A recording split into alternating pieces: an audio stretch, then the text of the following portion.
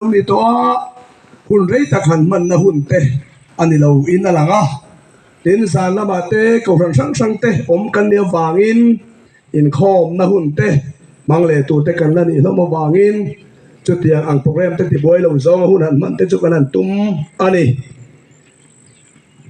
boina hun tha hun har sa tak tak khovel ina pal tlang cholai kara hun tha le hun lom om ama thu pon chuna turata na lalpan bin pe hi kan van nei le a tine tilai khotlang Lamchhip Khuaa ami pui zong zong te po Pathian thu ngai tha thei tur te Pathian ngai sak thei tur te hun tha lalpan an pe cheu hi alu le maya in do thu te kan sia cham tla ka wang mi an thi thu te kan sia lir nging in khovel ati boina sa zia te kan se vek ani chuti lai kar chuan lalpa lam ena lalpa lam hoya lalpa du zong ti thei tura hun tha pe kan la ni te kan nun da der thong tak te lalpan mila zo saka wang te hian aro pui le mai min khong ai tu lalpa isu Krista fakinom ro se amen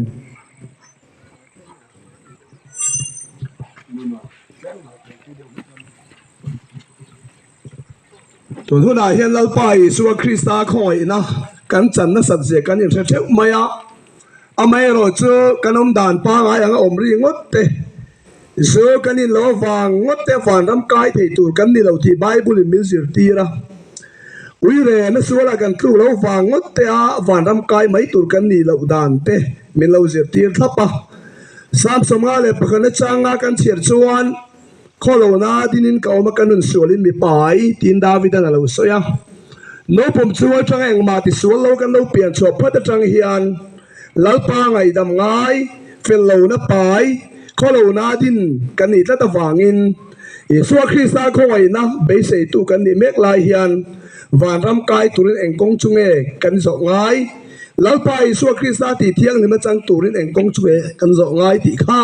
sanin tlai hian han talan kan an tum don ani tin hei kan rama hian na sade main lim na te lo thlenga tarau la mang so ma te lo thlenga in la dang lam bi mu te an lo chuak ve me zela heng ka ra he ke ni kho he ne kan din mul enge kan an ka se lo fa kan mang lama enge mo thil lo pui tang mai muwa cheu kan mang ina min suai tum na ang zela ke pen tamai te po hi mi tam ta kan omani amai ro chu zanin tlai hen kan soi du lai chu mu mang kan an nei te tha kan ni soi sel thei lo amai ro chu mang lama kan thil mu zong zong te hi lalpa Yesu Krista kong min ko mu tumani em ti ro chu uluk taka kan chu thina ngai ani mi tam tak chen mu mang lama la rau takin in lar nang deu te muina in soya amai ro chu chung ang mi tan an thil mu chu khoi nen nge compare tur khoi nen nge khai kin tur ngai to lem lova lung oi pui ta mai mai te hin om thina ni tu hu na hian kan rama in lar dang lam bi mu in ngai tam tak po hian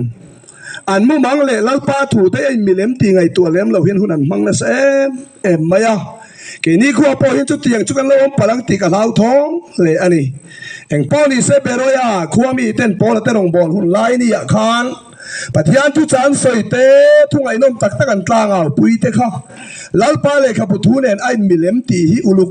takin Pathian le ka thu an song thina an khai kin thina ni chawang chon ton huna hian hlim na lo theng te tarau lam thil lo ji chuak chau me te po hi ro pui le thin ma sela Yesu Krista thu ne nei milem ti sela hi kan en ton kan en mil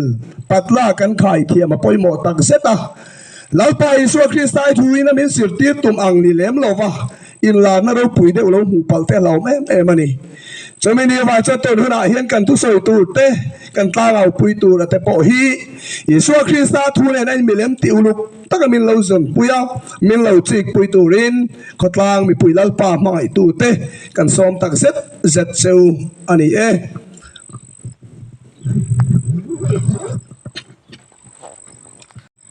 siari lo ngai thadon te ang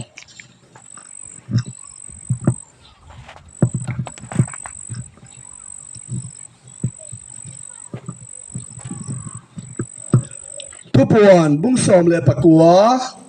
chang sari atang hian lim takin lo mila amai choi mo yang u beram no nu pui nei chu ahun pasia anu pui po ain pe to ati ka sia beram no nu pui nei chu ahun ta sia anu pui po ain pe to ati ka sia Korin Khuaa ten hela Poland lekha thon Korin lekha thon pani na bung som le pakhat chang bula tang hian ni lo ngai tha chun zomang u ka deuna hian nang nin mi do thei ka badu em ani do po mi do thei nge chape Pathian thik nai sin ka thik cheuni Kristan na chon la thiang li mangin ka pek theina tur chewin pasal pakhat ka hual saksi chewa Kristan na chon la thiang li manga ka pek theina tur chewin pasal pakhat ka hual saksi chewa tin Poland Korin Khuaa te alo shil ani beram no nu pui nei chu ahun ta anu pui tur po ain pe to ati ka sia lalpa thu kan sia kan za ta mal som ro se amen ole hun tối te chau kan ne vai kan an soi ngal mo mayanga kan thom re pak ten khoi taka kan Pathian tu soi te lalpa thu ne nai milem ti khai khin chunga min lo ngai tha pui tur kan som non le chewani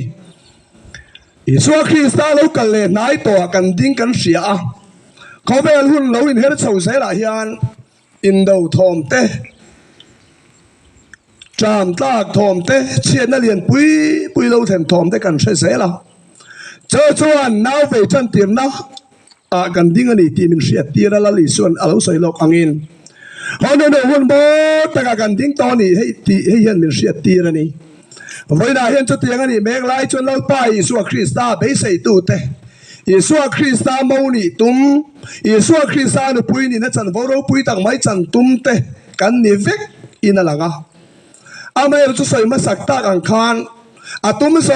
song tên lâu bài Isua Krista mau ni nó chân vô kan chẳng đón là vấn đề thì Bible hiện mình lâu xịt thấp mà ya thế này Isua Krista mình làm hoài nó chua Isua Krista mi ga thil mak ti Isua mi ga thu soi na em tu ten Isua an chua sal sa an chua chal tur thu te hi mathai bung sari chang som ni paria ta kan mu wa lalpa mi tin jong chu fa na an lu don lo ka pa ba na mi du so ti te chau an lu tang an ti ya cho te ona chan lalpa mi ngin thu te kan soya e mi ngin tam lo te kan ti dama e mi ngin ram hoi te kan no chuak thin la vem ni tin na don chua chal don amai ra chu Isua mi ga dam lo ti dama Isua mi ram hoi no chu nan banga Isua mi ga ro pui ta rong bol thin tu te kha Isuan ka se ngai lo cheu ani kan ne ta kal bo ro kala ti yang ti in a soi ta tlat me ni cha ba chen kan rama hian kan hlim na sat ai hian kan in rin ang hu hian kan rin ang hu ai hian lalpa Isua Krista melo lang don tak ta se anu poi ni na chan vo chang turi kan tam don lo ti a chiang tlat mai ni cha ba cha to te ngai Isua mi dam lo ti dama Isua mi ram wai na chuaka Isua mi ro pui ta thu soi thin tu te ma Isua an ne na aro lu tu ra se lo ni si chuan to te nge a chan dam chang tu ra mi se te chuni ta ang tu te nge Isua Krista ro lu pui to a mau tu te chuni ta ang ti hi zo na poi mo tak ani una te to na hian kan Pathian le ka thu a chon ti hian kan mu wa chẳng chỉ thang lúc ấy bung som le pani chang som nga le pari ta chang kan chiar chuan rau tu ma a ikal line ikal hunin kal pain iking pui la ka fi hlim na mol zong ro choti lo chon iking pui chuan rau tu ne na he kang chenga rau tu chuan mi man ho tu ne na apeng chenga mi man ho tu chuan tan ina khuang chenga ka hila chadar tangka tere te poitla kim zet ma lo chuan chuda ta chui chuak lo hul hu lang ti hian Isua na lo soya chami ami se chola pa Isua Krista bel motur te amau ni chan bo ro pui tang mai chang tu te ke kan pen mek lai hian kal pa in kan ro rel tu Isua Krista mutura kan kal pa hian kan king pui ko vela lal pan min da sak athu oma chami a to men pek le in rem dan mal chu song turin min shil ani chu aman man hian Isua Krista min kanan lama aman man hian Isua Krista choi moin ke kanan pe na mangrau tak te kanan nei thin acha amero chu mi pe lama chuan ama Isua Krista ne na การอินโตเทนตุระตานะกัลปากันคิงปุยตุรมินเปกฮิอมตตาอามาอิสวาคริสต์เมลกันมุทิยมกันชนะตุระตานกัลโกกันกัลปากันฟิลิมปุยตุรกันนินเรมปุยตุรฮิมินเปียจ้ามาอายโออาดาอัตูขานีจุลัลปาทูเนี่ยจ้ากันนินเรมเราอันนี้ไว้ชวนจ้าอิสวาคริสต์ทูมินเปกอากับเปลี่ยนนาฬิกาที่กันเปียงเราว่าต้องดิ่งมินพัวเสสักจุกันโซเราวันนี้ไว้ชวนลัลปาอิสวาคริสต์เราเรียกตูชวนมีมันหูตูเดียบลันเนนะมินเปียงเดียบลันชวนตาดินเชมมุนะมินลูปุยังจุดตาจุกันฮิลจะตาตังกาเดเรเตปอยตากิมเซตมาลูจวนอิสวกต่อลูหุลหัวลังที่กันโมนีดาตังกาเดเรเตไอฮุโซกันมันจุอิสวคริสต์ที่เซนคานียาจุอิสวคริสต์ที่เซนโลจูไม่ดีลตาอินาเดียบลันมินลูปุยต่อหัวฮิจวนมินตันนัตุรินกันมันตาอิสวคริสต์ที่เซนลูกะลูกค่ะอาช่วงต่อโดนเราหัวหัวแล้วนี่ดีกันหมดแล้วตอนนี้จะไม่มีว่าจะเราเรียกตัวอิสวาคริสต์นี่นะเทียมกันชนะอันนี้ปุยนี่นะจันพอเราปุยตั้งไม่กันเราจันนะตุระตานะกันก็กันเมกลายเฮียนอามาโยกันเรมปุยตุลลีส่วนมินเปกอะค่ะกันคิงปุยตุมินเปกค่ะอาทูเฮียนี่ยาจะมีเราปาทวงเซลส่วนเปลี่ยนนักกงที่กันเปลี่ยนเปลี่ยนทางการกงที่กันเสริมที่อินบีเชียนะมาหุ่นเตลูไงใช่เอ็มซีอีส่วนมิงทิลดีเทน่าเนี่ยมังอ่ะอีส่วนมิงดำเราดำตักเราที่ดำเวทตอนนี้จงสีขานแล้วอีส่วนคริสต์ตุยนักันเปลี่ยนดานตัวทิกตักมินสิบทีเตะค่ะกันเราลำเชียเสียนี่ไว้ส่วนก่อนฟีมินตานอินปุ่มลุนตูเซมมุนักันเหลี่ยมโดนตีนานี่เจ้าพระเจ้าสันนิษฐานกันถูกไล่ถ้าพากับเพียงแต่เนี่ยนะกันเงินดูจูก็กลัวกันเราเมกะอิสวาคริสต์เราเรียกตัวเมลมุตุริงเกกันเป็นเมกะเฮติเมกลายลัลปาอิสวาคริสต์กันเรมตุรตานอามาไอโอดาโคเวลกันช่วงกันเรมตุรตานอามาไอโอมินเปกอัตูฮีการเรมิมตีอินบีโนนังอูจุดที่นี่เราชวนกันตายยังตีวันละจุดที่ชวนเล็กกันเสียตากอังคารเบรามเราหนุปุยในช่วงต่อสีอามาตุรปอยไปต่อตีกันเสียตีกันหัว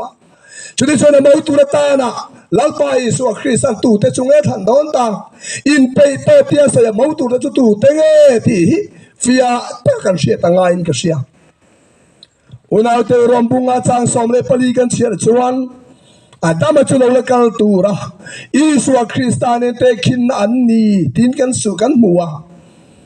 วันนั้นเฮียนโมเทียงเบลเลตโตเทียงเบรินที่เห็นกันสวยดูอันนี้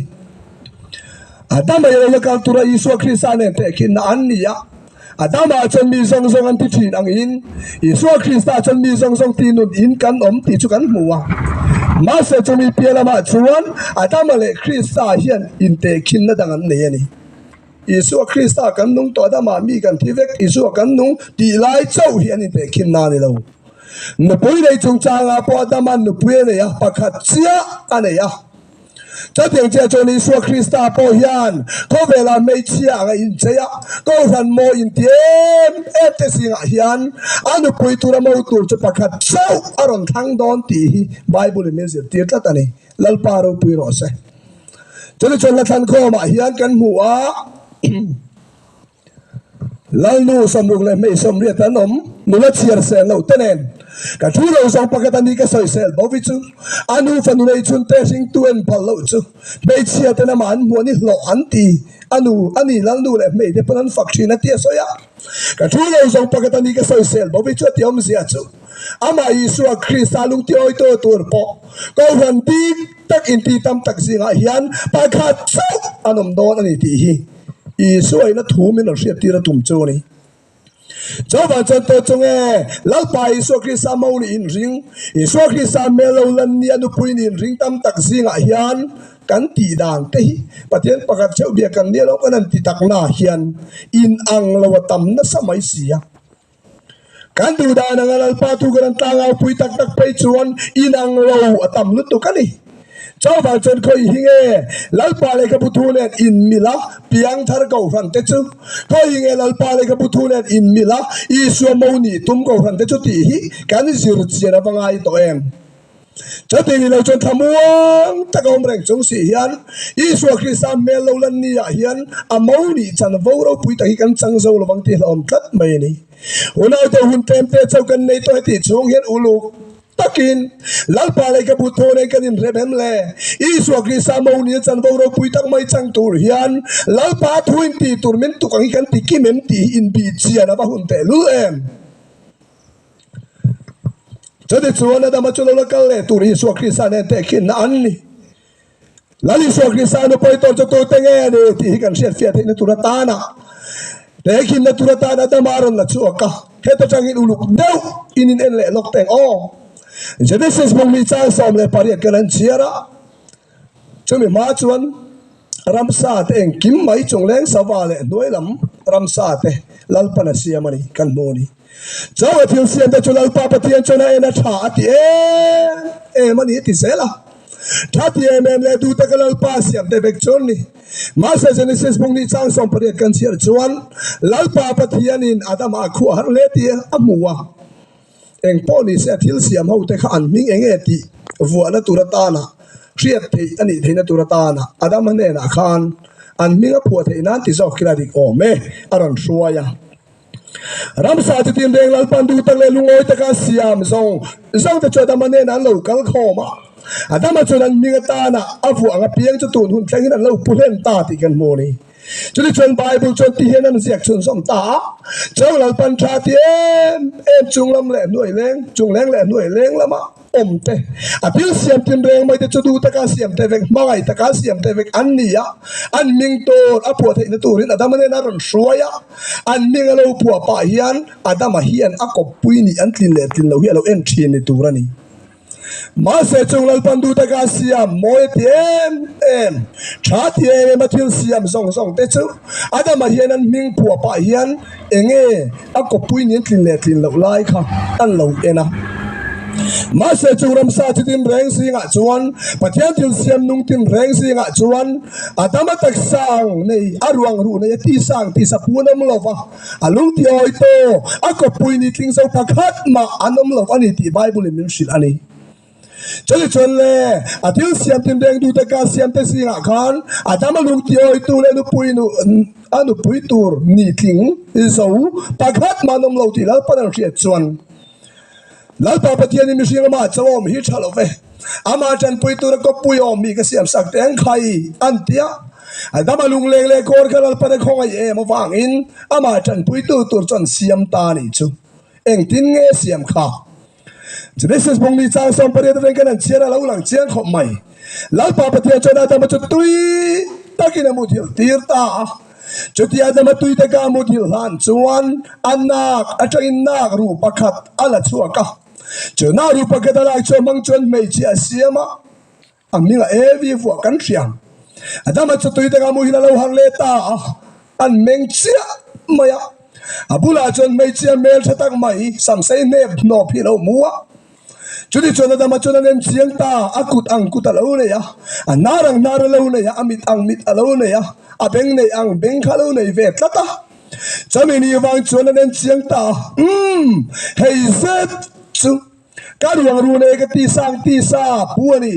mi pala kalang choni vai mei che ti turani nga ti ya lungoi takin nu pui ta na pomta lalpa ro pui ro se oi mo tlat chulai chu adama ma hian lalpa pathian in ran sa siam song te ram sa siam song te khan lo kal veka du ta ka lalpa pathian in do ta ka siam te vekan ni mai le tha ti em mai ta ka en te vekan ni ma se chong sia chon adama ko pui ni thing zo pakhat ma nom lo chamenu a chon adama ko pui ni thing zo tu lalpa da siam don tui takin adama mu tir chudi chon tui ta ka mu thil la in anak ti ko ki na oma chona ka tang chon na ru pakhat ala chu ka chumi mang chon mei chi asiama anak ka tui ta ka mu thil la na lak chu anak atang lak chu na ru pakhat mang asiam evi cha ka adama ina nu pui ni ting so turina muwa hei sa chu ka ruang ru nei ka ti sang ti sa pore ti lungoi ta kina ko pui ta na lo pom ta ni chu lalpa fakinom ro se unaw te voi na chu poi mo te mai ni o adama le lo kal tura Isu Krista te kinani ti tat maya Isu Krista mel kan mu huna po hian amau tura nu pui tur te minon lam don huna po hian amma ai mi sing song te min lam ngot don lo re reng mai na ka du ta ka siam du ta ka mi sing siam tu pathian ka ni ma sela man ni min la don lo re reng trong là mà họ bùi tu có bùi nít linh sâu tu ta đã hiền man le ai ring mình suối hỏng mất tôn lâu ra này Adam le kal tu rei so Krista tu te kin na ni ti ta wangin Adam anu poi siam da nang chia khan anu poi to dik tak chu siamin om ve tur ani ti Bible zirti na ni cho nên chuyện lalpa Pathian in khâu về la mai mi sing fa te khâu về la mi non kal chil kan sia Pathian tu ti sa in alo la ga Pathian tu ti sa alo chang aming chu i suani a Timote ne na pon le ga thon pakhat da bung tun chang som parwa kan mu Pathian tu rok cho nial rol na ro pui kan rin Pathian tu ro pui zia chu so ina siak lo Pathian tu ti sa lo chang atiang che khan kan Pathian lalpa pakhat chawa kha tak sa puin ko vela alo kala mi sing alo chang ming chu i suani lalpa fakilam ro se cho Pathian pakhat chau lo kal ti sa lo chang i su Krista chuan ko vela lo kal lai ni ya khan adam ang chia hian a ko poi anu poi tu mi ron bo sei don anu pui ni tling zo tu mi ron zong don ko vela lo kal lai ni ya khan thil mak ro pui tak ati ya dam lo te ti dama rong na sa te kina bola a ro pui e mani amai ro chu du lo wa nol tu te er tu te wanga te lu em trong cara cho tôi soi mấy là ắt to pa pe chuan amami te ne na lo kala amami te na lo lom si lo tiang che khan ami yata na than Israel tan du lo fa an ma ni lal ni ai soi khan an oi thei lon pom thei lo fa an du lo re du lo nan kheng be ta mi sual te kut mangin ti mai ang toi zong in cho đi chuan le adam ba anu pui siam sakani don lai khan tui takina mu hi la tiang che khan lalpa isu Krista le adam chu te kin nan yang khan isu Krista po Calvary ya lan ni lom don ta Calvary mai chama pek alo ni don ta kan sevek mai helai hi cho đi chuan Calvary cross alo kheng be tai ti mai toi zong in cho đi chuan Calvary cross a chuan tui takina lo mu hi alo thi ve ta Zona na pung som le pakua chang som ni le parit atrai kan sia chon kan muwa akinta atia thara wa tha ta kan sia Zona pung som le pakua chang som tum le pali kan sia choba a thi to akinta te thara wa tha ta ti alang reng Bible min silani ma se ti to reng ani ti se ma se rom si pai pakhat alo kalta Calvary mai chama Yesu Krista tui ta ga mu thi lai chuan alo thi lai khan anna ka tak mai hian Ram si pai paket chuan feiron chun ta lalpa ro pui ro se choi Yesu Krista na ka tang chuan feia chun an ni che khan ti sen le tu lo luang chuak ta lalpa fakiram ro se chudi chuan ti sen le tu lo luang chuak ka an phuma ne thon me mi ti sia ta thole ta ni ti kan an sia ni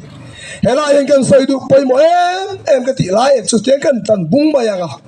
lalpa Pathian adam anu pui tu ra siam sak don lai khan adam atui takina mudhil tira amudhil lan kher khan anak ver kuak ania chu na ka tang chuan nu pui tu siam man ruwa na ru pakhat lak chua sak ani ti kan ria chu na ru pakhat lak chua sak mang asiam evi chu evi chia chu adam hian anu pui tu ta na lungoi takina pomta ti kan muni chu tiang che choni Yesu Krista po Calvary mai chama tui ta ka mudhil alo thi lai khan among tam te mal puite achon te ka niam zo ka vi arem lutu ma se da malelo lokal le tu Yesu Krista ka te khin an ni ti ta da wangin adam no poi tu siam nam ban ro lak na kha anak ania toi ta ga mudil la na kha honina oma chu da tang lak chu na ru pakhat chau kha evi siam nan man ru man ni ti kan sia chu na ru pakhat chau ma siam evi chia chu hei sa chu ka ruang ru nei ka ti sang ti sa pu ni ti anu pu ta na pom po kha ni ti kan mo ni cho tiang che choni Yesu Krista anu poi to da siam tur man ru po Calvary mai chama tur lai khan tui takina lo mu hi la lo thi ve ta chudi chona na ka kher khanom si paidan vit ve ta adam na ru chang na ru pakhat adam na ka chang na ru pakhat lak chu aya khan khat tiang ang deu khan tiang Yesu Krista na ka chang po chuan anu poi tu da siam na man ruwa atana ti sen le tui lo luang chuak ta lal pa ro pui ro se unau te Yesu Krista tui ta ga mu dil hana anak hona oma anda ka chang lo chuak ti sen le tui lo luang chuak manga bual fai te chau hian Yesu anu poi ni na chan bo ro pui ta hian chang don hallelujah cho chu kan sia da poi mo em cho thì chuyện tin ngay Isu Christian na hona oma anak achang lo chuak tuile ti sen manga siam bual fai kan ni dan tu ti hi min zon an zot thin Leviticus bung som le pasari chang som pakit kan thir chuan en nun na tura in rem na chu ti sena chuan om ti kan mu non na tura ta na ti sena lo luang chuak a siam tun ka man ti sena ni van lal ta ka lo ni atia Sol boy kan tang min tan chuaka chandam na kong zo thei tura min tin nun na ti sen khani ti kan ringang Isu Krista ka ta na thia pu me no ma a thaule ta ni ti pomaring chungin tuilo luang chuaka kan Isu Krista min suang ai dam nan baptisma kan chang tura ni hallelujah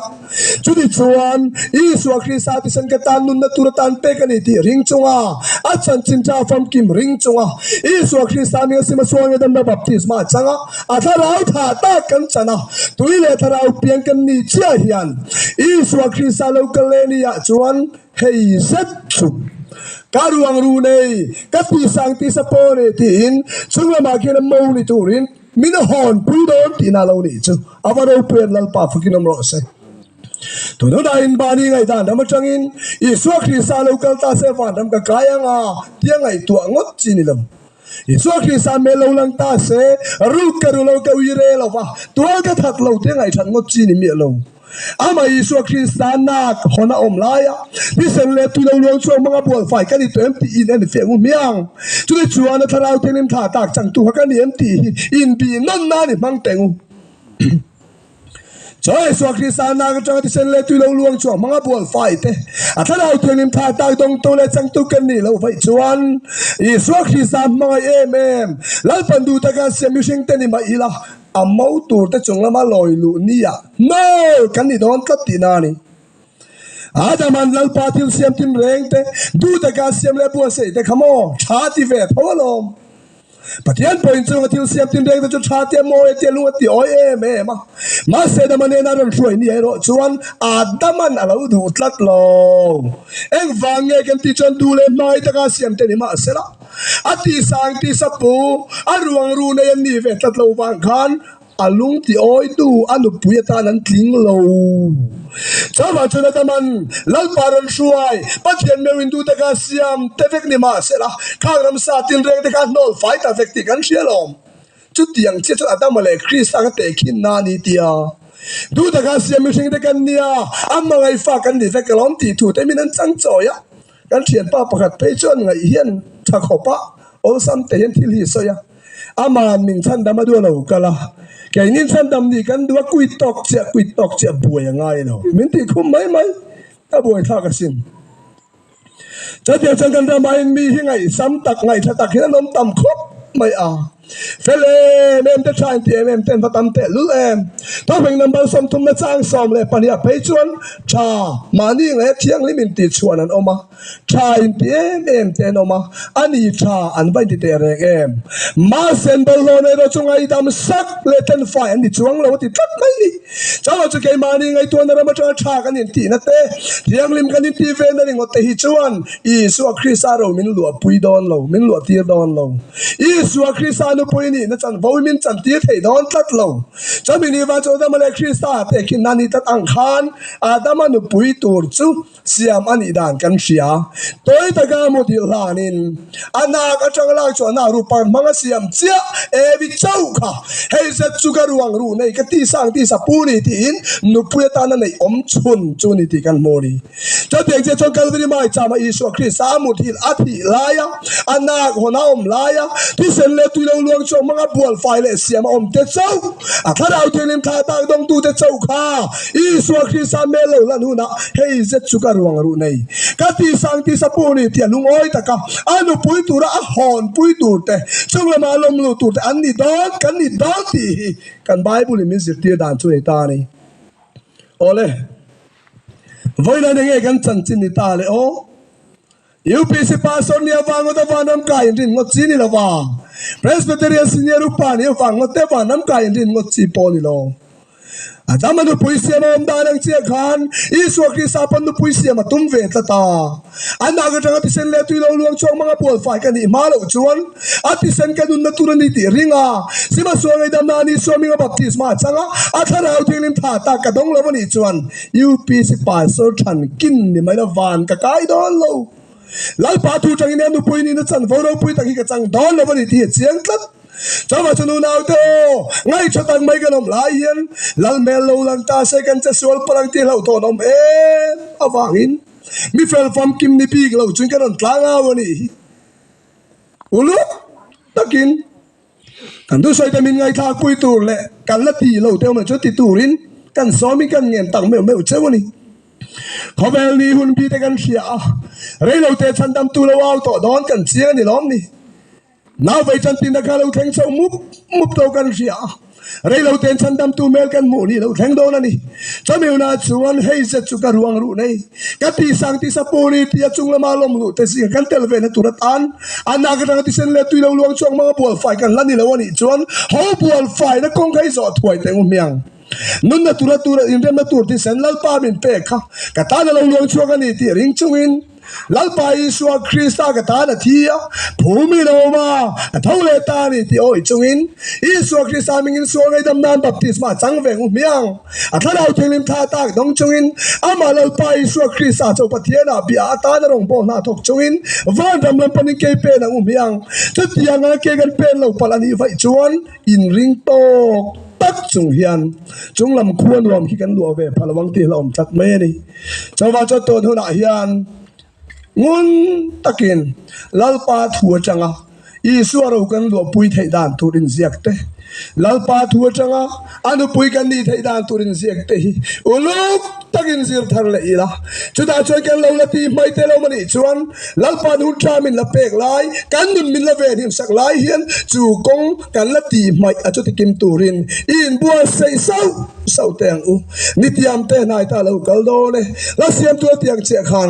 ลัลปันนี้มินเตียมเราปุยตังไม่จุเราลันดอนในตากวางเห็นจามินนี่เราปุยตังไม่เราลังตูราชวันที่อามจังอีสวดตอกตัวอันปุยนี่ในจันโบเราปุยตังไม่จังตัวเสียงกันเตลเวงไงที่ในตุรตานะอันนักอัตราที่เส้นเล็ดตุยเราลวงชวกไอ้บัวฝ่ายอันนักอัตราที่เส้นเล็ดตุยเราลวงชวกมังบัวฝ่ายอมิน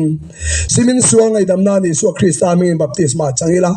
ถ้าเราที่นิมท่าตากตรงอินอามาอีสวกคริสต์ไอ้จงนุ่งซอกปะเทียนเบียกากดังอันนมละวันที่ริงตาอีสวลุงโอยจงอินวันดำลำปันินดงอีบอลีละวันดำลำปันินเกยเป็นเซลังหูอันสระตั้มตะการกันเล่นเมกไลพอลัลปาเลียคูดกันจันะอเมลเราเล่นเนี่ยเทียมจังอามากันต่ออันปุยเนี่ยจันโปโรปุยตะกันจังเงยที่นตูรินอัทุกันปวนชัวตักเตลัลปันกันซาตามัลสมรสเซอาเมนต้องใจในกันเนี่ยยังไง